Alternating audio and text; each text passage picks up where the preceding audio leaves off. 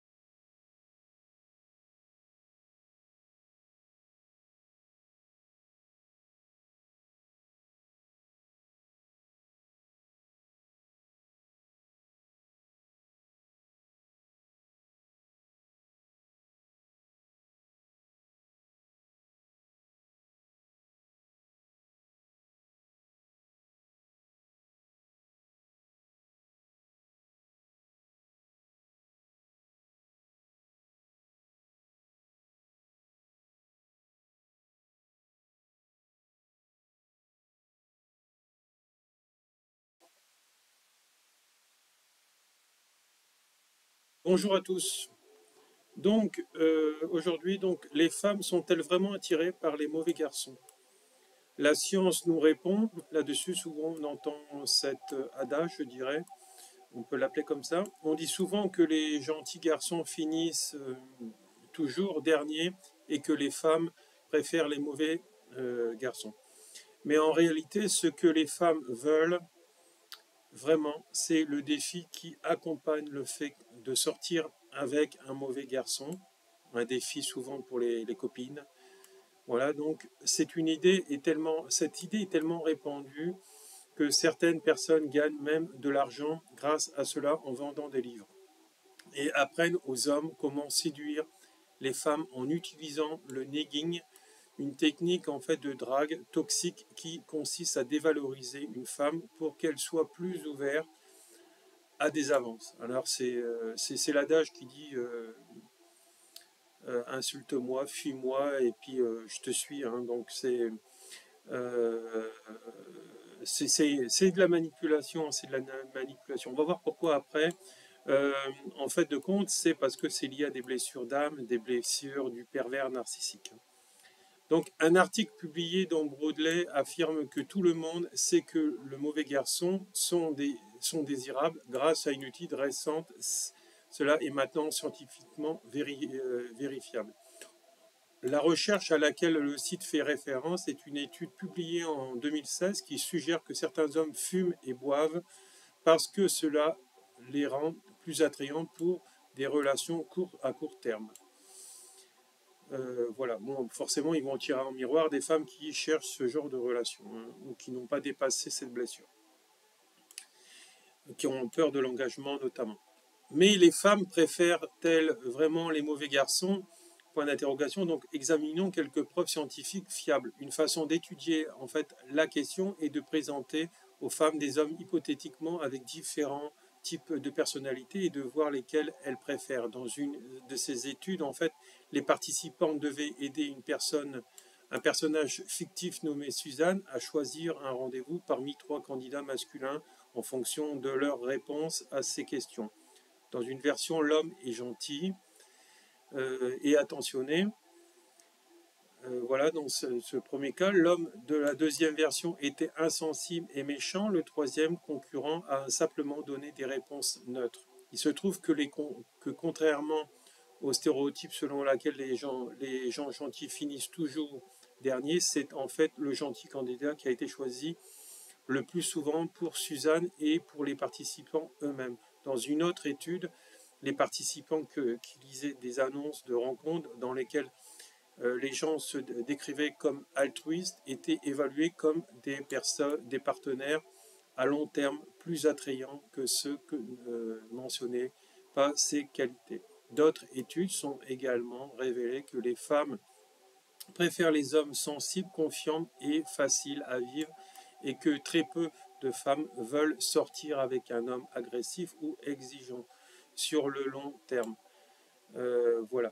Donc, un homme comme une femme doit être une personne sensible, sinon c'est lié encore à des masques et à un travail qui n'est pas fait sur soi.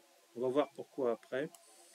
Alors, en fait, nous devrions pas sous-estimer le pouvoir de la gentillesse. Certaines études ont montré qu'avoir une belle personnalité peut même influencer l'attractivité physique d'une personne. Des caractéristiques telles que la gentillesse et la décence élémentaire sont appréciées à la fois par les femmes et les hommes. Non seulement cela fait en fait de nous des partenaires plus désirables, mais cela nous fait également paraître plus attrayants physiquement. Voilà. Donc le pouvoir attractif des narcissiques, bien sûr, nous trouvons en fait parfois les mauvaises personnes attirantes. Les narcissiques, par exemple, sont souvent perçus comme très attirants lors des premières rencontres. C'est des gens qui sont liés donc aux muscles, à l'intelligence, à la beauté physique, qui est éphémère, qui va descendre en vieillissant, bien sûr. C'est peut-être parce qu'ils soignent particulièrement leur apparence. Des études ont montré que les femmes narcissiques ont tendance à se maquiller plus et à montrer davantage leur décolleté que les en fait, femmes qui obtiennent un score intérieur en matière de narcissique, tandis que les hommes narcissiques passent plus de temps à se muscler. Notamment les femmes qui font sans arrêt des selfies, ce sont des femmes narcissiques. Donc liées à l'apparence. Donc là, il y a des masques, et même si la personne veut paraître spirituelle, il faut gratter, laisser le temps, gratter, c'est-à-dire il faut vraiment voir si la personne elle est alignée avec ses actes, et ça dans le temps. Bien sûr, une personne qui est spirituelle, elle l'est dans le temps, elle l'est constamment. Bien sûr, elle fait aussi des erreurs encore, mais voilà, mais la constance et la réussite dans ses projets vont déterminer la personne qu'elle est. Voilà. Voilà. Donc à court terme, les narcissiques peuvent même sembler plus à l'écoute, divertissants et plus gentils. Oui, ils ont besoin de se faire remarquer, donc vu qu'ils ont plein de vide en eux, ils ont besoin de reconnaissance de l'autre. Mais sur le long terme, en fait, les narcissiques ont tendance en fait à être perçus comme moins gentils, moins chaleureux et plus hostiles et arrogants. Oui, puisqu'il n'y a pas de constance dans le temps, donc forcément il n'y a pas de constance, il y a juste un état amoureux au début, donc un feu de paille qui va se consumer et qui va redescendre parce qu'il n'y a pas de travail sur eux. Voilà, donc de toute façon, une personne narcissique, quand elle va vous quitter pour une raison X ou Y, ou vous ferez ce qu'il faut pour vous séparer, elle retrouvera une autre personne tout de suite, même si elle ne vous le dit pas. Elle va lâcher son dévolu, puis elle dira à la nouvelle personne qu'en fait qu'elle était célibataire depuis un moment. Bien sûr, elle ne pourra pas avouer qu'elle ne travaille pas sur elle. Alors, il peut également y avoir d'autres sortes de raisons pour lesquelles certaines personnes finissent par sortir avec les mauvais garçons. Ils peuvent répéter en fait des comportements auxquels ils sont habitués dans des relations passées où ils peuvent trouver les mondes des rencontres stressants et finir par prendre en fait de mauvaises décisions. Parfois, ils vont copier aussi les relations qu'ils ont eues avec leurs parents. Quand ils n'ont pas dépassé ça, ils ne l'ont pas compris, ils ne l'ont pas intégré, ils vont reproduire. Ou ils vont faire tout l'inverse, ils vont se laisser faire, ou ils vont devenir trop sévères. Donc voilà, donc sans point d'harmonie. Donc ça, c'est un travail qu'ils n'ont pas fait suffisamment sur eux, ils n'ont pas eu les bons outils, ils n'ont pas eu cette compréhension de la vie. Mais pour la plupart des épreuves, les épreuves suggèrent que les femmes et les hommes préfèrent les partenaires gentils. Le problème avec le stéréotype des garçons gentils qui finissent en fait toujours en dernier, c'est qu'ils peuvent compromettre la possibilité de former des relations durables. Voilà. Bon, les gens gentils, souvent, c'est des gens qui travaillent sur eux. Après, il faut travailler en miroir dans la bienveillance avec l'un et l'autre, en disant les choses. Alors c'est sûr qu'avec des gens qui ont des addictions, on ne peut rien faire s'ils n'ont pas décidé eux-mêmes de les changer et de les guérir. Donc la séparation est inévitable. De toute façon, dans le temps, c'est des gens qui ne savent pas se dépasser, et souvent, c'est les gens qui sont dans les addictions sont souvent narcissiques, hein, très souvent. Alors, perpétuer ce mythe crée non seulement en fait des attentes inutiles sur la façon dont nous devrions nous comporter. Alors forcément, les gens qui sont narcissiques ont des taux vibratoires extrêmement bas, même s'ils vous paraissent bien, beaux, etc. Ils vont pas bien intérieurement, hein. Donc, vous le voyez avec eux, quand vous faites l'amour avec eux, vous êtes souvent épuisé. Vous pouvez déclencher des maux ou des maladies en leur compagnie. Voilà, hein. Alors donc, mais essayer en fait de respecter le mythe peut parfois en fait endommager les relations. Ainsi, si vous tournez vers la science pour obtenir des conseils, c'est très simple. Soyez gentil. Oui, oui, mauvais garçon, c'est un miroir émotionnel narcissique. Donc, ça veut dire que vous devez régler et guérir une blessure en miroir avec cette personne-là. Alors, avec une personne narcissique, vous pourrez la guérir quand vous-même, puisque le narcissique, ça ne sera jamais lui, hein, le problème. Donc là, s'il y aura que la séparation qui pourra faire quelque chose pour vous, hein, tout en travaillant sur vous. Alors, bien sûr, il y a actuellement beaucoup de gens qui disent qu'ils travaillent sur eux, mais ils ne changent pas, ils continuent d'attirer la même chose. Donc ça veut dire qu'ils ne travaillent pas sur eux correctement, hein.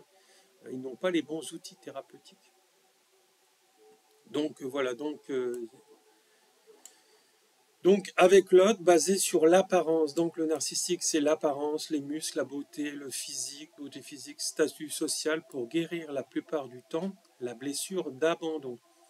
Donc le narcissique, oui, c'est en relation. Si vous attirez un narcissique, c'est qu'il y a une blessure d'abandon à guérir. Une fois que la blessure d'abandon est guérie, notamment avec le chamanisme que je fais, que j'enseigne et que je soigne les gens, etc. Une fois que vous avez ça, vous n'attirez plus de personnes narcissiques. Voilà, donc je vous conseille en fait de partager cette vidéo sur les réseaux sociaux, etc. pour faire monter les algorithmes et aussi pour aider vos, je dirais, compatriotes, amis, etc.